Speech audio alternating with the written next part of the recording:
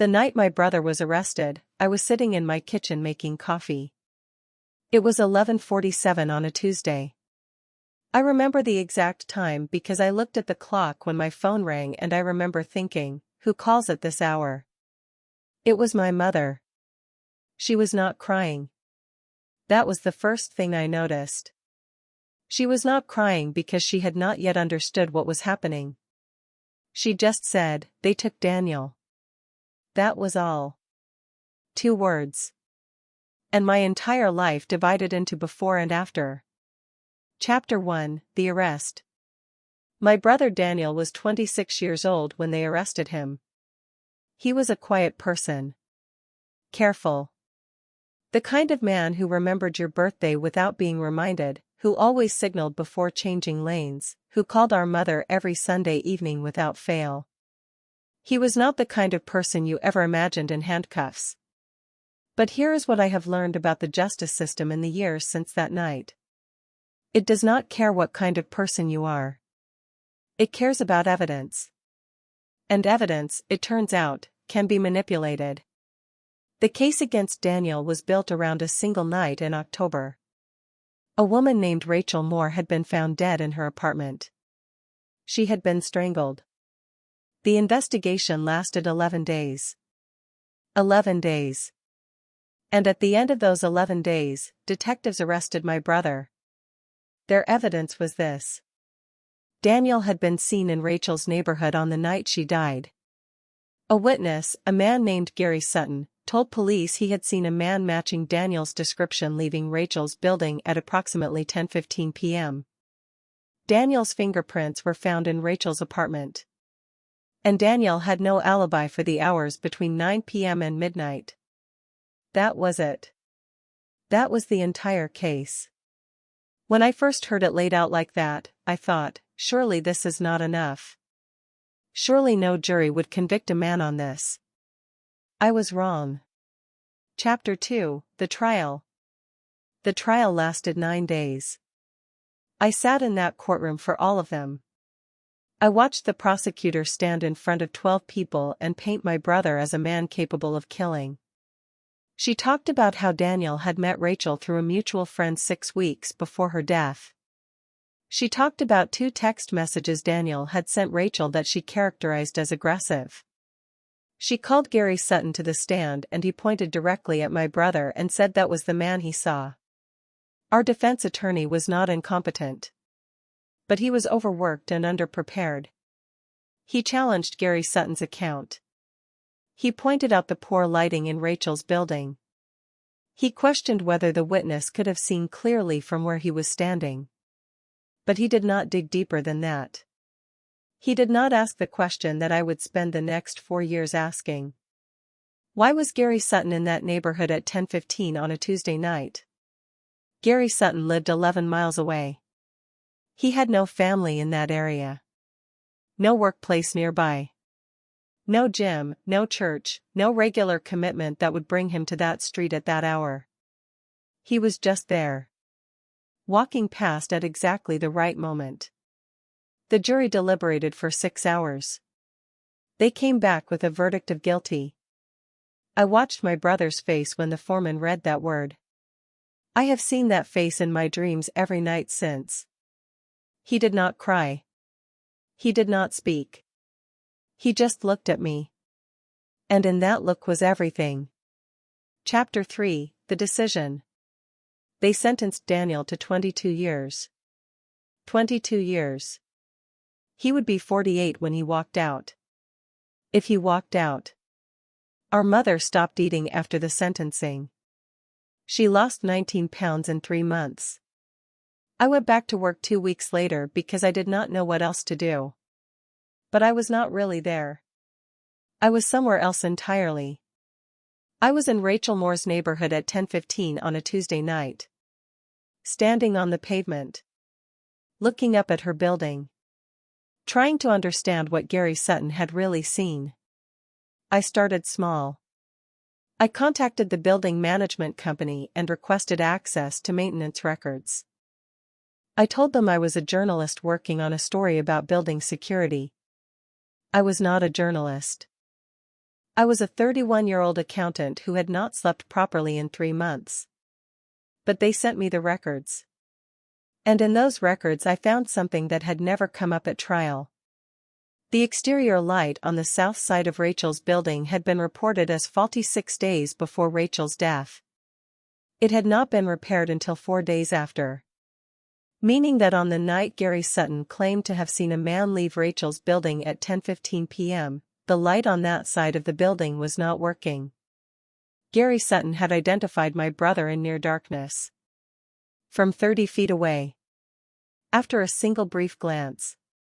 I sat in my car outside that building for 2 hours. And then I drove home and opened a document on my laptop. I titled it, What Gary Sutton Saw.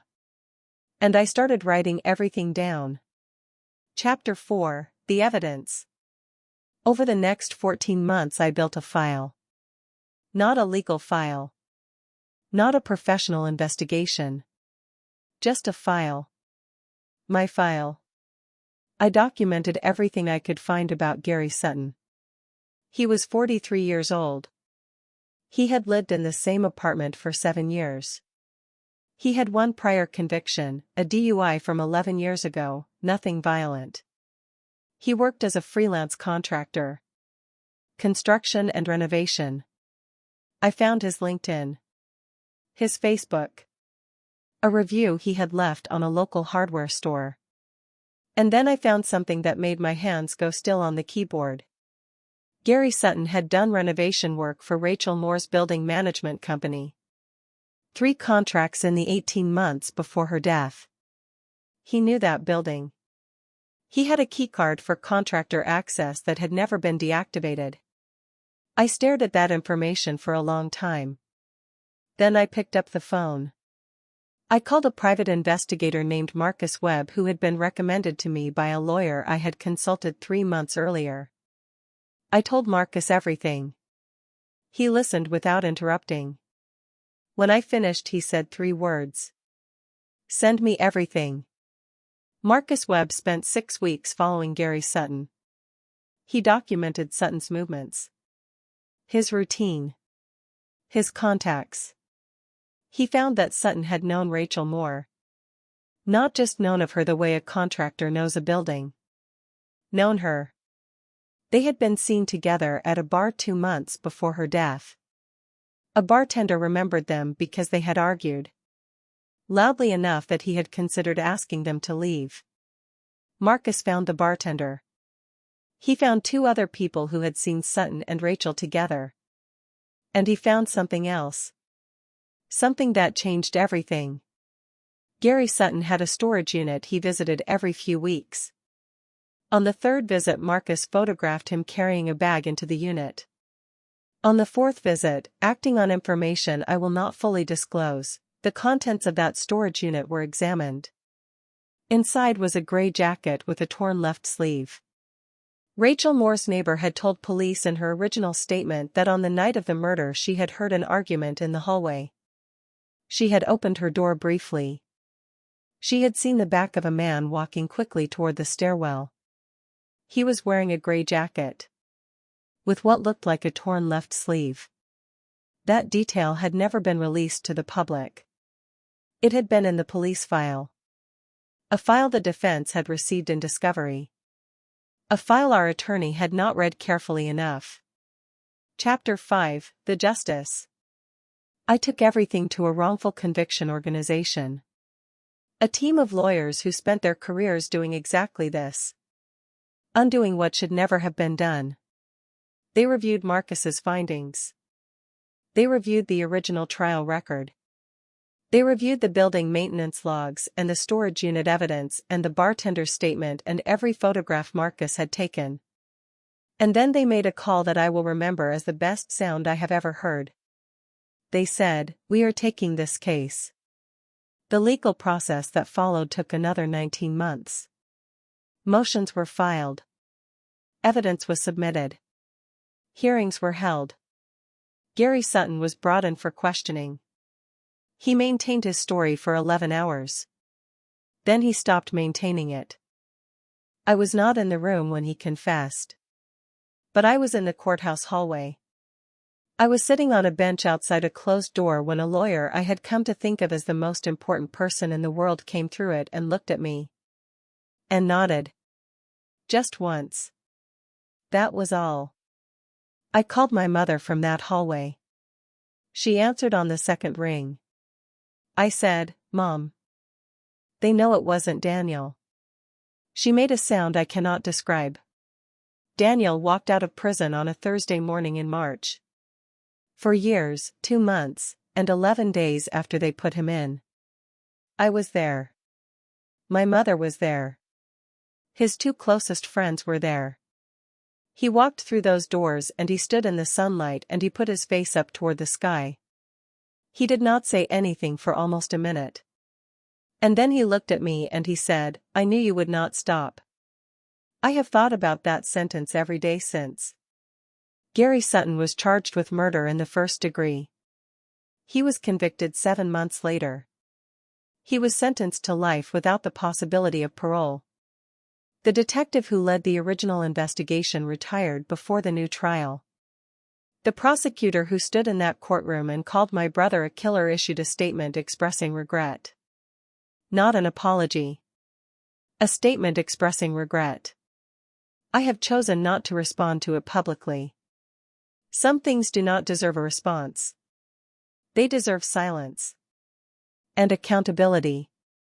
Daniel lives about 40 minutes from me now. He has a job he likes and an apartment he chose himself and a cat named Thursday. He calls our mother every Sunday evening. Still. Without fail. Some things survive everything. I want to say one thing directly to anyone who is listening to this right now and who has someone they love in a situation like Daniel's. Do not stop. The system is imperfect. The system makes mistakes. The system sometimes looks at the wrong person and decides it has found the right one and moves on. But the system can also be challenged. With documentation. With patience. With the refusal to accept that what is wrong cannot be made right. It is the hardest thing you will ever do. And it is worth every single day of it. Thank you for listening to this story. If it stayed with you, subscribe. New story every Tuesday and Friday. I will see you in the next one.